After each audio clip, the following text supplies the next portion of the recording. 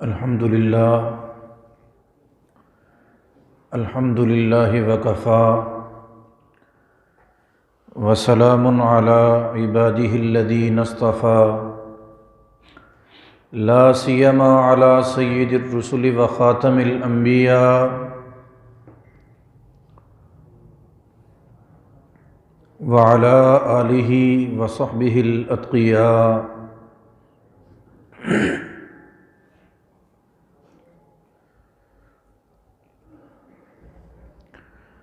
اما بعد فاعوذ باللہ من الشیطان الرجیم بسم اللہ الرحمن الرحیم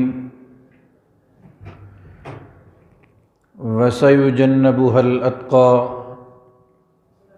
الذی یؤتی مالہ یتزکی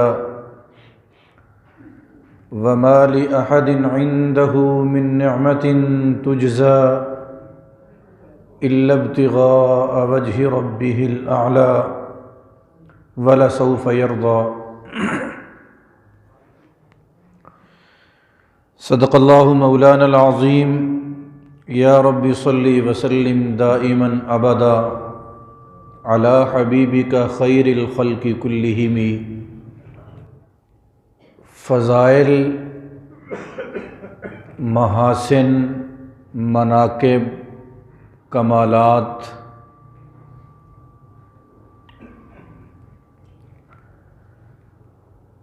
خوبیاں، عظمتیں، رفتیں، عزتیں انبیاء کے بعد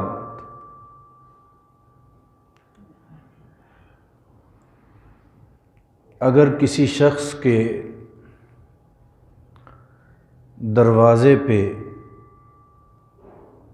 ہاتھ باندھ کے کھڑی ہیں تو وہ جناب سیدنا صدیق اکبر رضی اللہ تعالیٰ عنہ ہیں۔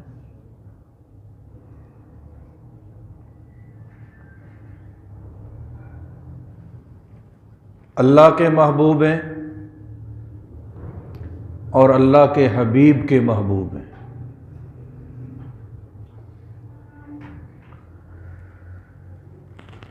قصہ گوئی اور محض واقعات سنانا مقصود نہیں ہے۔ ان بڑے لوگوں کی باتیں کرنا یہ بھی ایمان میں اضافے کا باعث ہے، اور حضور نے فرمایا کہ المرء مع من احب اکثر ذکرہ، کہ بندہ جس سے محبت کرتا ہے اس کا ذکر بار بار کرتا ہے۔ تو صحابہ سے محبت ایمان کا حصہ ہے۔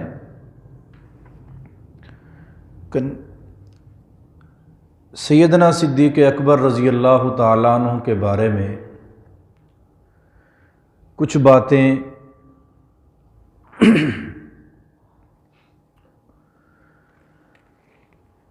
جو ہمارے ایمان میں اضافے کا اور ترقی کا باعث بنے، اور جن سے ہمیں اپنی زندگی سنوارنے کے لیے کوئی سبق ملے، کچھ باتیں اس مختصر وقت میں کرنا مقصود ہے۔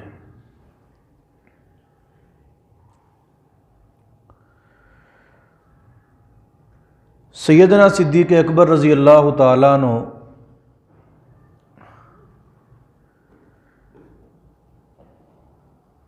انبیاء کے بعد اس کائنات کے سب سے افضل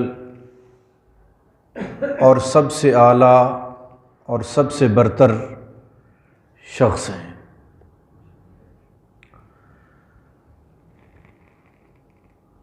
جناب نبی کریم صلی اللہ علیہ وسلم کی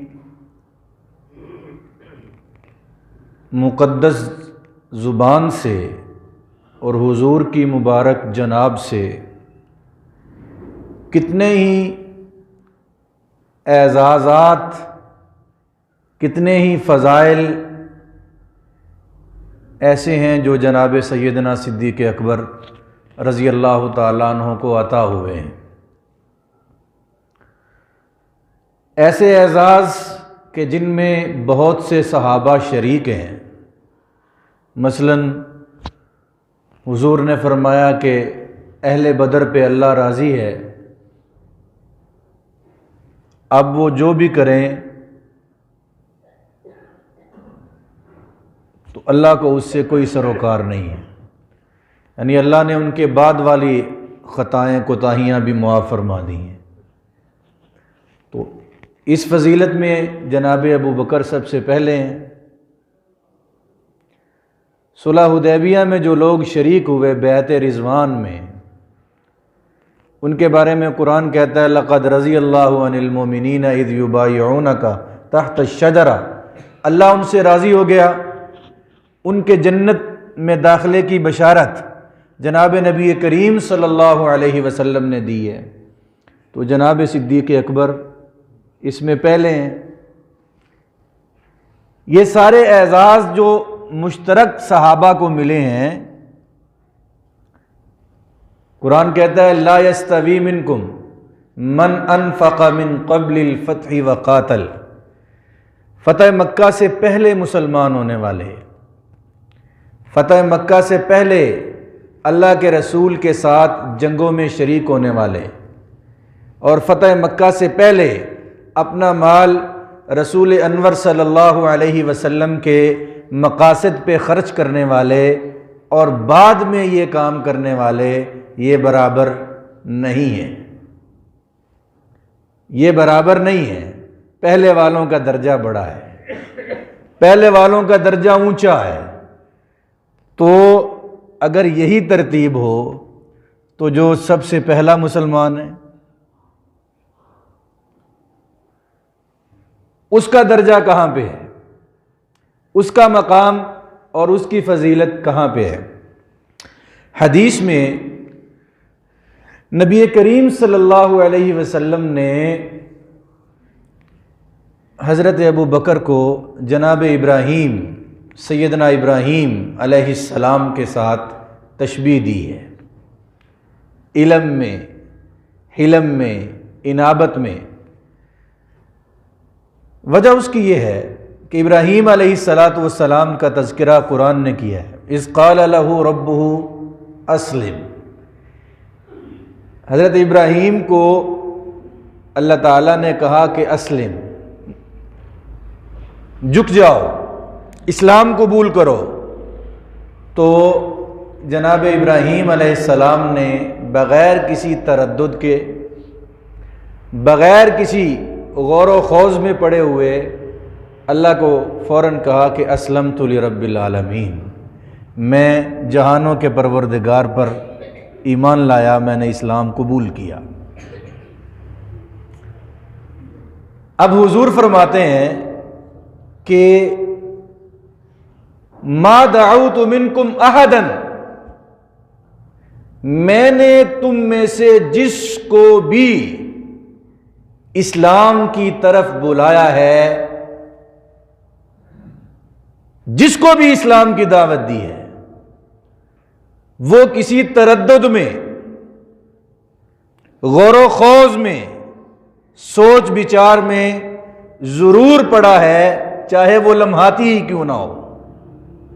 لیکن ایک ابو بکر ہے کہ جس نے جو ہی سنا تو انہوں نے کہا کہ اشہد ان لا الہ الا اللہ، بغیر کسی تردد کے، جیسے ابراہیم علیہ السلام نے کیا، ایسے ہی جناب سیدنا صدیق اکبر رضی اللہ عنہ، حضور نے فرمایا بغیر تردد کے، بغیر سوچے، بغیر کسی غور و خوض میں گئے ہوئے، پہلے سے حضور پہ ایسا یقین اور ایسا اعتماد کہ فوراً حضور کا کلمہ پڑھا۔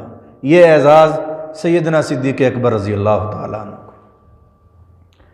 بہت سے ایسے اعزاز ہیں، مناصب ہیں، مناقب ہیں، محاسن ہیں، فضیلتیں ہیں، جو صرف اور صرف جناب نبی کریم، جناب سیدنا صدیق اکبر رضی اللہ تعالیٰ عنہ کو حاصل ہیں۔ اس میں کوئی اور صحابی سیدنا صدیق اکبر کے ساتھ شریک نہیں ہے۔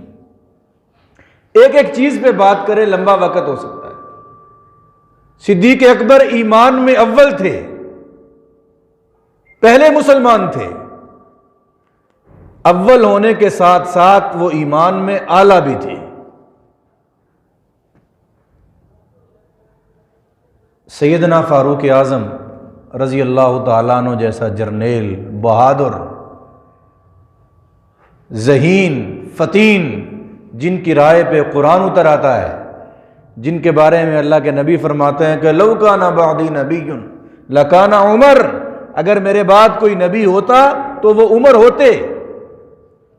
اتنا بڑا شخص کہتا ہے کہ سارے صحابہ کا ایمان اگر صدیق اکبر کے ایمان کے ساتھ تولا جائے تو صدیق کا ایمان پھر بھی بڑا ہے، صدیق کا ایمان پھر بھی وزنی ہے، عام آدمی کی گواہی نہیں ہے۔ جناب عمر فاروق فرماتے ہیں، حضرت ابو بکر سے ایک دفعہ کہا کہ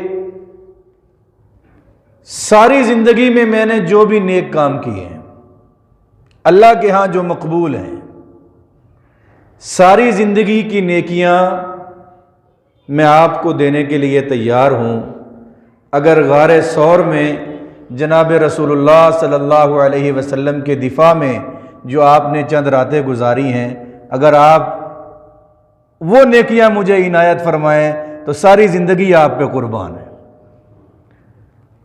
صدیق اکبر رضی اللہ تعالیٰ عنہ کے پاس تو اس کے سوا بھی بہت کچھ تھا، غار ثور کے سوا بھی۔ شیخ الاسلام حافظ ابن تیمیہ نے المنہاج میں لکھا ہے کہ اسلام قبول کرنے سے لے کے رسول اللہ صلی اللہ علیہ وسلم کے دنیا سے رخصت ہو جانے تک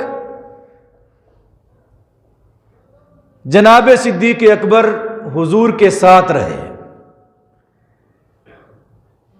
لم یفارقہ فی ای سفر ولا حضر، حضور نے جناب صدیق اکبر نے حضور کو کسی سفر میں، کسی حضر میں اکیلا نہیں چھوڑا۔ کوئی سفر، کوئی حضر، الا یہ کہ حضور نے خود حکم دے کے کہیں پر بھیجا ہو، جیسے حجۃ الوداع سے پہلے سال حضرت ابو بکر کو امیر حج بنا کے بھیجا۔ ایسے بعض سرایا، بعض جنگیں ہیں کہ حضور مدینہ میں تھے تو حضور نے صدیق اکبر کو جنگ میں بھیجا۔ ایسے دو چار واقعات ہیں، وگرنہ کوئی سفر، کوئی جنگ، کوئی امن، کوئی کسی حالت میں بھی جناب صدیق اکبر رضی اللہ تعالیٰ عنہ نے حضور کو اکیلا نہیں چھوڑا، اور ہر جنگ میں حضور صلی اللہ علیہ وسلم کے ساتھ کھڑے رہے۔ ابن تیمیہ نے لکھا ہے کہ وہ تمام مشکلات، وہ تمام پریشانیاں، وہ تمام آزمائشیں، وہ تمام خوف میں مبتلا کرنے والی باتیں جن کا سامنا جناب محمد مصطفیٰ صلی اللہ علیہ وسلم نے کیا ہے، صدیق اکبر نے بھی ان کا سامنا کیا ہے۔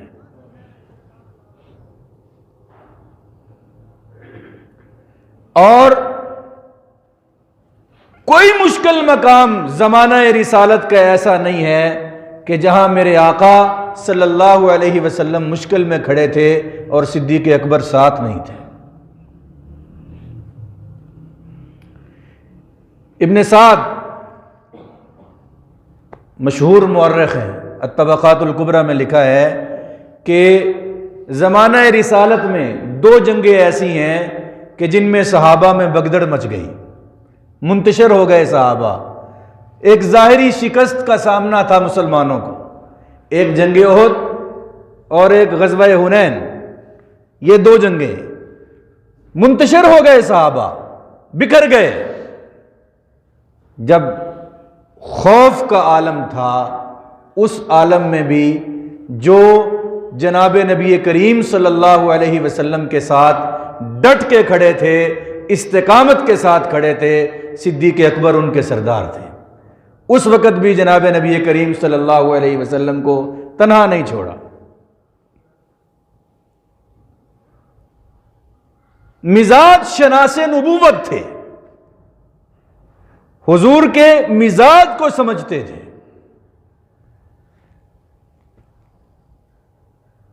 حضور صلی اللہ علیہ وسلم نے فرمایا کہ اگر میں کسی کو دوست بناتا، لو کنت متخذا خلیلا، اگر میں کسی کو دوست بناتا تو ابو بکر اس قابل تھے کہ میں انہیں دوست بناتا، لیکن ہمارے درمیان جو اسلام کا رشتہ ہے وہ اس دوستی سے بہت اونچا ہے، اس لیے مجھے الگ سے دوستی کی ضرورت نہیں ہے۔ وگرنہ صدیق اکبر کے اندر وہ اوصاف تھے کہ میں ان کو دوست منتخب کرتا۔ حضور کے مزاج شناس تھے، حضور سارے مشورے حضرت ابو بکر صدیق سے فرماتے تھے، اور یہ بات صحابہ بھی جانتے تھے، یہ بات اس وقت کے جو دشمن تھے مسلمانوں کے، اللہ کے نبی کے، صحابہ کے، وہ بھی جانتے تھے۔ غزوہ احد میں جب حالات نے پلٹا کھایا، اللہ کے نبی زخمی ہو گئے اور ایک اس میں ایک کونے میں جا کے، ایک غار میں جا کے پناہ لی، تو اس وقت ابو سفیان جو مسلمان نہیں تھے اس وقت، اور مشرکین مکہ کے لشکر کی سربراہی کر رہے تھے، تو انہوں نے کھڑے ہو کے احد میں پوچھا فی القوم محمد، کیا محمد موجود ہیں قوم میں؟ آواز نہیں آئی۔ پوچھا فی القوم ابن ابی قحافہ، کیا لوگوں میں ابن ابی قحافہ، ابو قحافہ کے بیٹے یعنی جناب صدیق اکبر رضی اللہ تعالیٰ عنہ موجود ہیں؟ آواز نہیں آئی۔ پھر حضور نے کہا کہ خاموش رہو، کوئی نہیں بولا۔ تو تیسری بار انہوں نے کہا فی القوم ابن الخطاب، کیا خطاب کا بیٹا بھی قوم میں ہے یا نہیں؟ یعنی حضرت عمر رضی اللہ تعالیٰ عنہ۔ اور اس نے کہا کہ یہ سارے لوگ مارے گئے، اور اب جو ہے یہ غزوہ بدر، جنگ بدر میں جو مسلمانوں نے ان کے بڑے بڑے سرداروں کو مار دیا تھا، تو اس نے کہا یہ اس دن کا بدلہ ہے۔ تو حضرت عمر کھڑے ہو گئے کہ یہ سب بھی زندہ ہیں اور تیرا چہرہ سیاہ کرنے کے لیے موجود رہیں گے، وغیرہ وغیرہ۔ عرض کرنے کا مطلب یہ ہے کہ حضور کے بعد اس امت میں صدیق اکبر ہیں، فاروق اعظم ہیں، یہ صحابہ بھی جانتے تھے اور یہ دشمن بھی جانتے تھے، کیونکہ مزاج شناس نبوت جناب سیدنا صدیق اکبر رضی اللہ تعالیٰ عنہ سے بڑھ کر اور کوئی نہیں تھا، حضور کا مزاج سمجھتے تھے۔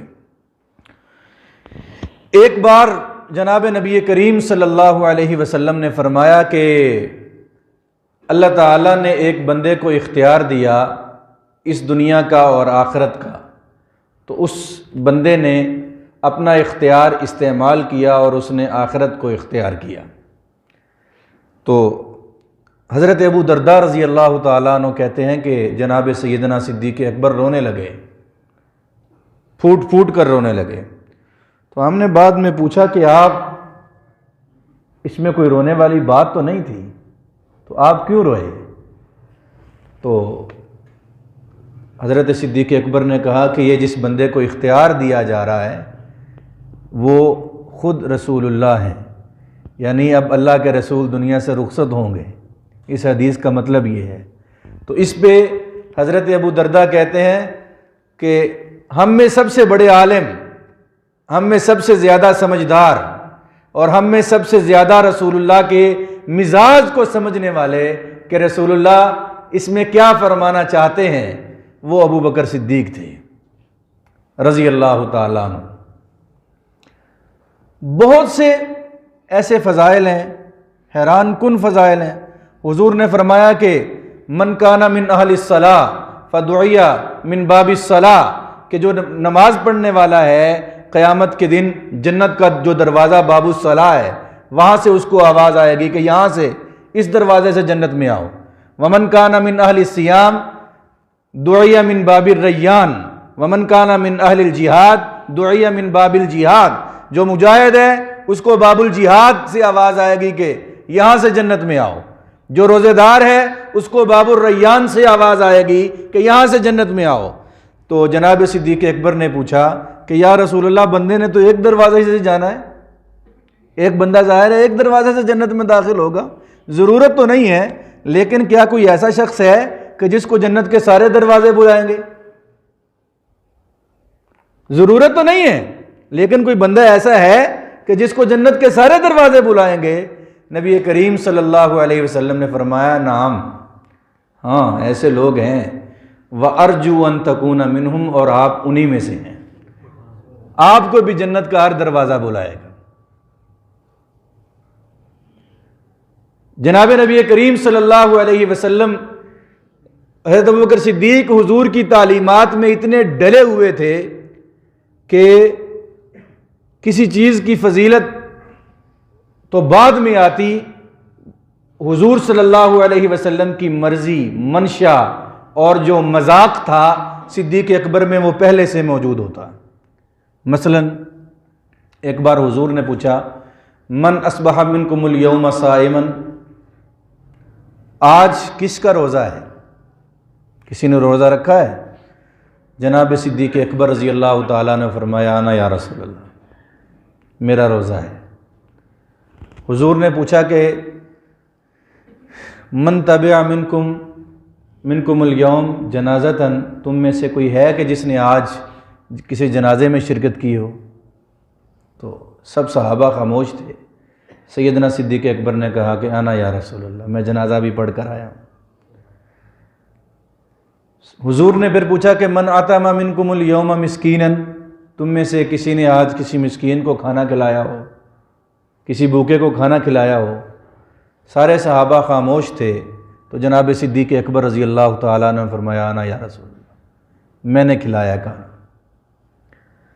حضور نے پوچھا کہ من عاد منکم مریضا اليوم، تم میں سے کوئی ہے کہ جس نے کسی مریض کی بھی عیادت کی ہو؟ سارے صحابہ خاموش تھے۔ سیدنا صدیق اکبر رضی اللہ تعالیٰ عنہ نے فرمایا کہ انا یا رسول اللہ، میں نے مریض کی عیادت بھی کی ہے۔ تو حضور نے فرمایا کہ مجتمعنا فی امرئ، کہ یہ ساری باتیں، چار چیزیں ہیں، روزہ، عیادت مریض، جنازے میں شرکت اور مسکین کو کھانا کھلانا۔ حضور نے فرمایا یہ چاروں باتیں جس شخص میں جمع ہو گئیں دخل الجنہ، وہ جنت میں داخل ہو جائے گا۔ تو یہ فضیلت تو اللہ کے نبی آج بیان کر رہے ہیں نا، تو صدیق میں یہ پہلے سے موجود ہیں، یعنی وہ مذاق نبوت میں ڈلے ہوئے تھے، منشاء نبوت ان کی فطرت بن گئی تھی۔ اللہ کے نبی صلی اللہ علیہ وسلم کے ذوق کو، حضور کے مزاج کو حضرت ابوبکر صدیق رضی اللہ تعالیٰ عنہ اتنا سمجھتے تھے۔ حضرت ابوبکر صدیق رضی اللہ تعالیٰ عنہ کی اگر زندگی کے بڑے بڑے کارناموں کو دیکھا جائے تو کئی کارنامے ہیں کہ جو امت قیامت تک ان کے احسان کے بوجھ تلے رہے گی، ہے بھی اور رہے گی بھی۔ لیکن مختصر وقت میں 3 چیزیں ایسی ہیں کہ جس کو کوئی بھی غیر جانبدار شخص تعصب کی اینک اتار کے دیکھے گا تو وہ صدیق اکبر کو سلام کرنے پہ مجبور ہوگا۔ اس سے پہلے ایک صدیق اکبر رضی اللہ تعالیٰ عنہ کی معروف بات ہے جو میں نے کئی بار سنائی ہے آپ کو، کہ صدیق اکبر رضی اللہ تعالیٰ عنہ نے فرمایا کہ حبب الی من دنیاکم ثلاث، مجھے اس دنیا میں سے 3 چیزیں پسند ہیں، پسندیدہ چیزیں 3 ہیں۔ کون کون سی؟ ایک فرمایا کہ النظر الی وجہ رسول اللہ، میری نظر ہو رسول اللہ کا چہرہ ہو، یہ مجھے بڑا محبوب ہے۔ سارے صحابہ کو محبوب تھا، صدیق اکبر کو صحابہ میں اس کا موقع زیادہ ملا ہے، زیارت مصطفیٰ کا موقع زیادہ ملا ہے۔ اسلام قبول کرنے کے بعد سب سے زیادہ سفر و حضر میں جو مصاحبت ہے وہ صدیق اکبر کی ہے، ہر سفر میں، ہر جنگ میں، ہر جگہ پہ اللہ کے نبی کے ساتھ ہے۔ غار ثور میں جو وقت گزرا ہے صدیق اکبر رضی اللہ تعالیٰ عنہ کا، وہ بڑا عجیب ہے۔ حضور منبر پہ تشریف فرما ہوں، سب دیکھتے ہیں، حضور جنگ میں اپنی بہادری اور شجاعت کی جولانیاں دکھا رہے ہوں، سب صحابہ دیکھتے تھے۔ حضور بازار میں چلتے تھے، سب صحابہ دیکھتے تھے۔ حضور مسجد میں آتے تھے، سب صحابہ دیکھتے تھے۔ غار ثور میں اور ایسے اور کئی مقامات پہ صدیق اکبر کو ایسے مواقع ملے ہیں کہ اور صحابہ کوئی نہیں تھے، اور دیکھنے والا کوئی نہیں تھا۔ اور ایک سیرت نگار نے بڑی عجیب بات لکھی، کہا کہ ہم جب کسی کو دیکھتے ہیں تو ہم اپنی نظر کو اپنے جس کو دیکھنا چاہتے ہیں اس پہ پورا فوکس کر دیں، یہ ممکن نہیں ہے۔ مثلا میں مولانا الیاس شاہ صاحب کو دیکھنا چاہتا ہوں تو میں اپنی نظر کو ان پر لے جاؤں، یہ تو میرے اختیار میں ہے، لیکن مجھے یہ نظر نہ آئے، مجھے یہ نظر نہ آئے، مجھے پیچھے والے نظر نہ آئے، یہ میرے اختیار میں نہیں ہے۔ میں اپنی نظر کو صرف ایک چہرے پہ بند کر لوں، یہ نیچرلی میرے فطری طور پر میرے اختیار میں نہیں ہے۔ تو انہوں نے لکھا کہ سیدنا صدیق اکبر کو یہ جو غار ثور میں مقام ملا کہ حضور صلی اللہ علیہ وسلم کا جو مبارک چہرہ تھا وہ صدیق اکبر کی گود میں تھا، اور بڑی خوبصورت بات کہی کہ کأنہا ورقۃ مصحف، گویا کہ قرآن جو ہے وہ رحل پہ کھلا ہوا ہے، ایسا منظر تھا، رحل پہ تپائی پہ قرآن کھلا پڑا ہو، ایسے صدیق اکبر کی گود میں رسول اللہ کا چہرہ تھا۔ تو ایسے منظر میں وہ کہتے ہیں کہ ایک تو رسول اللہ کے چہرے کو دیکھنے والی کوئی آنکھ نہیں تھی، اور منظر ایسا تھا اور فوکس ایسا تھا کہ صدیق کی آنکھوں میں بھی حضور کے چہرے کے سوا کوئی چیز نہیں تھی۔ یہ مقام صدیق اکبر کو ملا، النظر الی وجہ رسول اللہ، میری نظر ہو رسول اللہ کا چہرہ ہو۔ وَإِنفَاقُ مَالِي عَلَى رسول اللہ، دوسری چیز جو صدیق اکبر نے کہا کہ مجھے پسند ہے، میرا مال ہو رسول اللہ کی ذات پہ خرچ کروں، رسول اللہ کے مقاصد پہ خرچ کروں۔ اور اس میں صدیق اکبر جتنا آگے ہے نا، کوئی قریب بھی نہیں ہے، اتنا آگے ہیں۔ حضور نے اعتراف کیا، حضور نے فرمایا میں نے ہر کسی کے احسانات کا بوجھ اس دنیا میں اتار دیا ہے، ایک صدیق اکبر باقی ہیں، ان کا جو بدلہ ہے وہ قیامت کے دن میرا رب دے گا، میں نہیں اتار سکا۔ حضرت عمر رضی اللہ تعالیٰ عنہ فرماتے ہیں کہ حضور نے مال لانے کا حکم دیا جنگ کے لیے، تو حضرت عمر کہتے ہیں کہ میں ہر وقت ابو بکر سے آگے بڑھنے کی کوشش میں رہتا تھا کہ آج بڑھ جاؤں، تو اس وقت ابو بکر کے حالات کمزور تھے اور میرے حالات ذرا خوشحال تھے، تو میں نے کہا آج موقع ہے بھائی، آج میں آگے نکلوں گا صدیق اکبر سے۔ تو میں نے گھر کا آدھا سامان نکالا اور حضور کی خدمت میں، حضور نے پوچھا ما ابقیت لأہلک، کیا چھوڑ کر آئے ہو، کیا لے کر آئے ہو، کیا چھوڑ کر آئے ہو؟ تو حضرت عمر نے کہا کہ آدھا گھر والوں کے لیے چھوڑ آیا ہوں، آدھا یہاں لے آیا ہوں۔ حضرت ابو بکر آئے تو حضور نے یہی پوچھا کہ کیا چھوڑ کر آئے ہو؟ تو حضرت ابو بکر نے کہا گھر والوں کے لیے اللہ اور اس کے رسول کا نام چھوڑ کر آیا ہوں۔ تو حضرت عمر کہتے ہیں کہ میرے دل میں ہلچل ہو گئی اور میں نے یہ یقین کر لیا کہ اللہ کی قسم میں کبھی ابو بکر سے آگے نہیں بڑھ سکتا۔ اب میں نے اس پہ غور کیا کہ یہ جتنی بھی روایات ہیں حدیث کی اس واقعہ کو نقل کرنے والی، حضرت عمر کے بارے میں تو الفاظ بدلتے ہیں کہ حضور نے حضرت عمر سے کیا کہا، کیا لے کے آئے ہو، کیا چھوڑ کے آئے ہو، لیکن حضرت ابو بکر کے بارے میں اسی طرح کے الفاظ ہیں کہ گھر کیا چھوڑ کر آئے ہو۔ یعنی یہ یقین تھا حضور کو کہ چھوڑ کے تو کچھ نہیں آئے ہوں گے، اور وہ سامان کوئی بہت زیادہ نہیں تھا، حضرت عمر تو ڈھیروں ڈھیر سامان لائے۔ حضرت عمر کا جو سامان ہے نا، حضرت عثمان نے 900 اونٹ دیے حضور کو، ساز و سامان سے لدے ہوئے 900 اونٹ۔ اللہ کے نبی کبھی دولت سے کھیلے نہیں ہیں، لیکن حضرت عثمان پہ اللہ کے نبی اتنے راضی ہوئے کہ وہ جو دینار و درہم تھے نا، تو اللہ کے نبی ایک ہاتھ سے پلٹتے دوسرے ہاتھ میں، اور خوش ہوتے کہ اللہ کے نبی، اے اللہ میں عثمان سے راضی ہوا تو بھی راضی ہو جا۔ فرمایا کہ ما ذرہ عثمان ما عمل بعد ھذہ، اللہ پچھلے گناہ معاف کرتا ہے عثمان، اللہ نے تیرے بعد والے بھی معاف کر دیے۔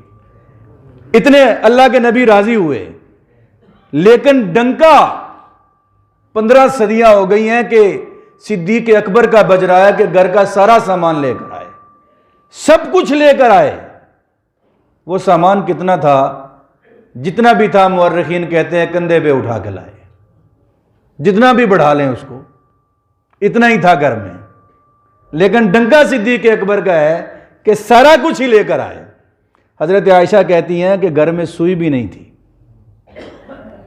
میرے ابا دیواروں کو ٹٹول رہے تھے۔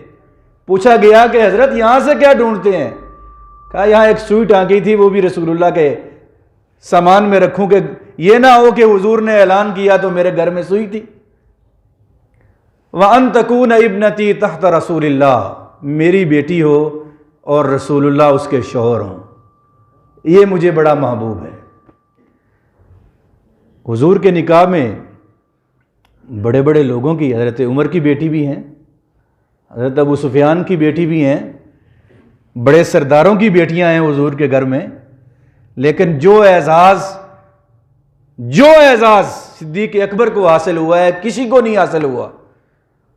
قربانی کی انتہا ہے۔ جس کے گھر میں بیٹی ہے وہ ذرا یہ تصور کرے کہ حضور کی عمر جناب صدیق اکبر سے 2 سال زیادہ ہے، بڑی ہے۔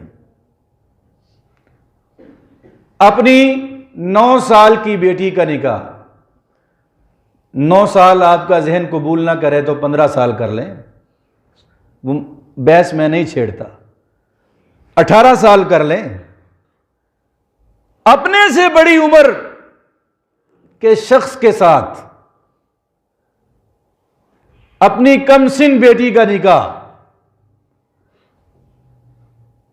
اتنی آسان بات نہیں ہے، اتنی آسان بات نہیں ہے، اور دنیا کی نظر سے جب بہت کچھ سامنے بھی نہ ہو، یہ جناب نبی کریم صلی اللہ علیہ وسلم کی محبت کے سوا اور کچھ بھی نہیں ہے۔ اس لیے غزوہ بنی المستلق میں حضور سے صحابہ نے پوچھا کہ آپ کو سب سے زیادہ محبوب کون ہے؟ سب سے زیادہ محبوب آپ کے نزدیک کون ہے؟ تو حضور نے فرمایا کہ عائشہ، عائشہ مجھے زیادہ محبوب۔ تو پوچھا گیا کہ نہیں، آپ مردوں میں سے، من الرجال، مردوں میں سے زیادہ محبوب کون ہے؟ تو حضور نے فرمایا ابوہا، عائشہ کا باپ جناب سیدنا صدیق اکبر رضی اللہ تعالی۔ سب کچھ قربان کر دیا۔ حضرت عائشہ کہتی ہیں کہ جب حضور نے ہجرت کی رات آ کے میرے ابا سے یہ کہا کہ چلنے کا حکم ہے، اب آپ کا کیا ارادہ ہے؟ تو حضرت ابو بکر نے کہا صحبت یا رسول اللہ، آپ کا ساتھ چاہیے بس۔ حضرت عائشہ کہتی ہیں کہ میرا باپ اپنے ماں باپ کو بھول گیا، اپنی اولاد کو بھول گیا، اپنے وطن کو بھول گیا، اپنی قوم کو بھول گیا، اپنے مال و دولت کو بھول گیا، سب کچھ قربان کر کے بچے ہیں مکہ میں، کیا ہوگا؟ بوڑھے ماں باپ ہیں مکہ میں، کیا ہوگا؟ ان کی روٹی روزی کہاں سے چلے گی؟ لیکن جناب نبی کریم صلی اللہ علیہ وسلم کے ساتھ سفر پہ نکل کھڑے ہوئے۔ یہ جو دنیا کے ہر رشتے سے زیادہ، کائنات کی ہر محبت سے زیادہ جناب نبی کریم صلی اللہ علیہ وسلم کی محبت ہے، یہ ہے سیرت صدیقی کا پیغام۔ کائنات کے ہر رشتے سے زیادہ محبوب جناب محمد مصطفیٰ صلی اللہ علیہ وسلم کی ذات گرامی۔ حضور صلی اللہ علیہ وسلم کے دنیا سے جانے کے بعد صدیق اکبر خلیفہ ہوئے، فرما روا ہوئے۔ 2 سال 2 ماہ 12 دن ٹوٹل حکومت ہے، اور ایک طوفان آ گیا ارتداد کا، انکار زکوٰۃ لوگ کرنے لگے، اسلام کو چھوڑ دیا انہوں نے، بہت سے لوگوں نے۔ مسلمہ کذاب جھوٹی نبوت کا دعویٰ لے کے کھڑا ہو گیا۔ حضرت ابوبکر صدیق رضی اللہ تعالیٰ عنہ استقامت کا پہاڑ بن کے کھڑے ہو گئے، استقامت کا پہاڑ بن کے لشکر اسامہ بھی روانہ، مرتدین عرب کی سرکوبی کے لیے لشکر روانہ۔ ابن تیمیہ کہتے ہیں کہ ابوبکر کے صدیق رضی اللہ تعالیٰ عنہ کے اگر سب سے بڑی فضیلت شمار کی جائے تو میں یہ سمجھتا ہوں کہ انہوں نے مرتدین کو قتل کر کے اسلام کو محفوظ کیا، مرتدین سے جنگ کر کے اسلام کو محفوظ کیا۔ مسلمہ کذاب کے خلاف لشکر روانہ، مانعین زکوٰۃ کے خلاف لشکر روانہ۔ حضرت عمر جیسا بہادر شخص آیا کہ حضرت ایک ہی وقت میں اتنا مدینہ خالی کر دیا آپ نے، اگر کوئی دشمن مدینہ آیا تو کیا ہوگا؟ تو حضرت ابوبکر نے فرمایا اجبار فی الجاہلیہ خوار فی الاسلام، جاہلیت میں تو بڑے جرنیل تھے تم، بڑے بہادر تھے، اب اسلام کے لیے وقت آیا ہے تو نرمی کی باتیں کر رہے ہو۔ اجبار فی الجاہلیہ خوار فی الاسلام، آج نرمی یاد آئی ہوئی ہے تمہیں۔ حضرت ابوبکر نے فرمایا کہ واللہ لو منعونی عقارا لقاتلتہم، کہ رسول اللہ کے زمانے میں اونٹ کے نکیل کی ایک رسی جو زکوٰۃ میں دیتا تھا آج نہیں دیتا، صدیق اس کے خلاف بھی جنگ کرے گا۔ ایسے ڈٹ کے کھڑے ہو گئے، سارے فتنے تھم گئے۔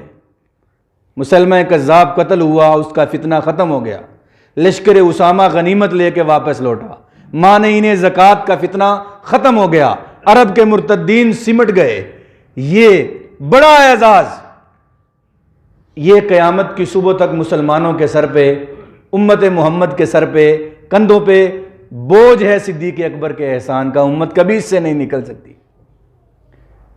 جھوٹی نبوت کا کلا کما کرنا یہ صدیق اکبر کا احسان ہے، قیامت تک مسلمانوں کے لیے ٹرینڈ سیٹ کر دیا صدیق اکبر نے کہ اگر کوئی جھوٹی نبوت کا اعلان کرے تو اس سے دلیل نہیں مانگنی، اس سے مذاکرات نہیں کرنے، اس سے بات چیت کی کوئی گنجائش نہیں ہے۔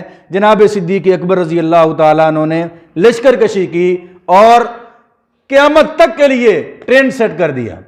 اور کسی نے بڑی اچھی بات کہی کہ اس کائنات میں میرے نبی کی ختم نبوت کا پہلا منکر مسلمہ ہے، اور اس کائنات میں میرے نبی کی جو ختم نبوت ہے اس کا آخری انکار جو کرے گا وہ دجال کرے گا۔ اور ختم نبوت کے پہلے منکر کا علاج میرے نبی کے پہلے خلیفہ نے کیا ہے، اور ختم نبوت کے آخری منکر کا علاج میرے نبی کے آخری خلیفہ حضرت عیسیٰ اور حضرت امام مہدی کریں گے۔ وہ دونوں نے جو علاج جو صدیق اکبر نے کیا، جو حضرت عیسیٰ کریں گے، یہ ٹرینڈ ہے جو میرے نبی چاہتے ہیں۔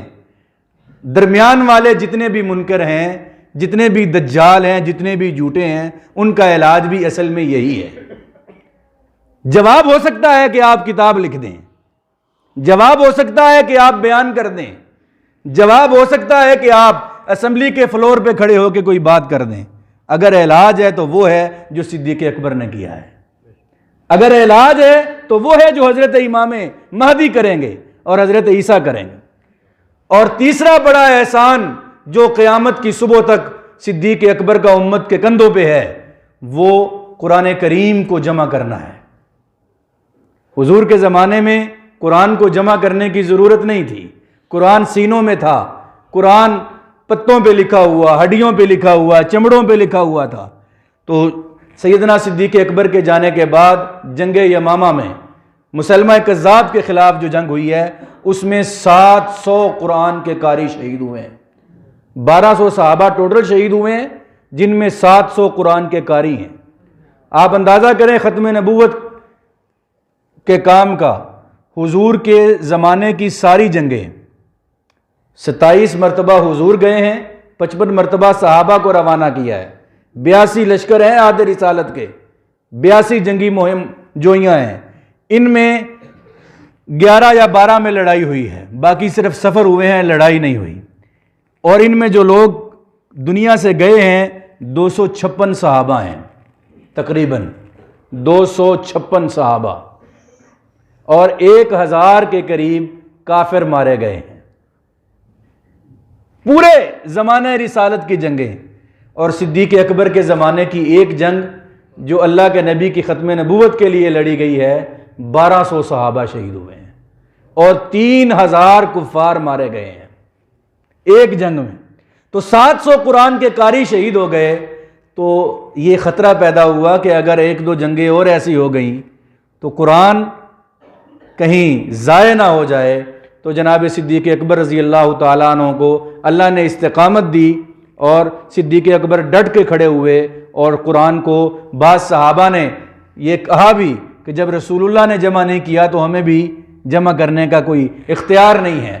صدیق اکبر نے اس پہ اجتہاد کیا اور باقی صحابہ کے اجماع نے ان کا ساتھ دیا، تو صدیق اکبر نے یہ ما بین الدفتین، 2 جلدوں کے درمیان سورۃ الفاتحہ سے والناس تک لکھا ہوا یہ قرآن، یہ صدیق اکبر رضی اللہ تعالیٰ عنہ کا احسان ہے اس امت پہ۔ تو یہ 3 بڑے کام حضور کے بعد 2 سال کے مختصر زمانے میں جناب صدیق اکبر رضی اللہ تعالیٰ عنہ کے۔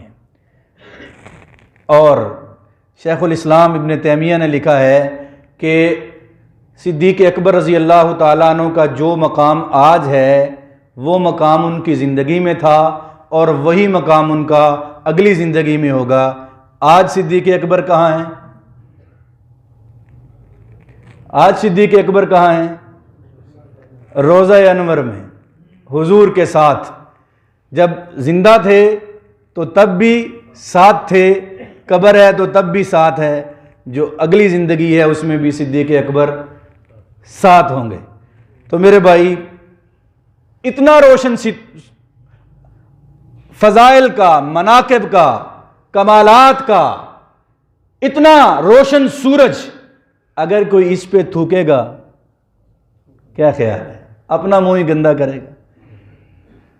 مولانا عبدالستار تونسوی ہمارے اکابر میں ایک بڑے بزرگ گزرے ہیں، تو وہ کہتے تھے کہ آپ 15 صدیوں بعد بھی بعض لوگوں کو یہ مسئلہ ہے کہ صدیق جو ہیں وہ پہلے خلیفہ نہیں ہیں۔ کچھ لوگوں کو آج بھی مسئلہ ہے، 15 صدیاں ہو گئی ہیں۔ تو وہ کہتے تھے کہ یہ ایک تاریخی حقیقت ہے کہ صدیق رضی اللہ تعالیٰ عنہ پہلے خلیفہ بنے یا نہیں بنے، کوئی مانے یا نہ مانے، بنے نا۔ جو نہیں مانتے، جو غصب کہتے ہیں یا جو بھی کہتے ہیں حضرت ابوبکر صدیق کی خلافت کو، مانتے تو وہ بھی ہے نا کہ جو زمینی حقیقت ہے وہ یہ ہے کہ صدیق اکبر پہلے خلیفہ بنے تھے۔ تو مولانا عبدالستار تونسوی کہتے تھے کہ تحریک عدم اعتماد کا وقت گزر گیا۔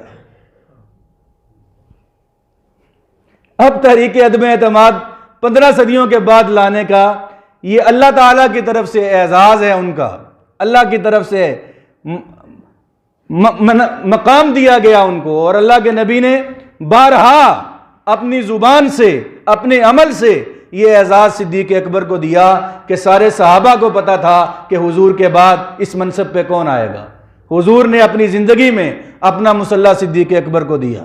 جب کوئی پوچھنے کے لیے آیا کہ حضور یہ مسئلہ اب میں اگلے سال آؤں گا، اگر میں آؤں اور آپ کو نہ پاؤں تو پھر میں کس کے پاس جاؤں؟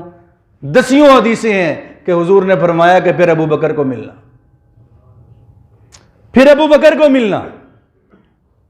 یہ حضور صلی اللہ علیہ وسلم کے دیے ہوئے اعزازات ہیں۔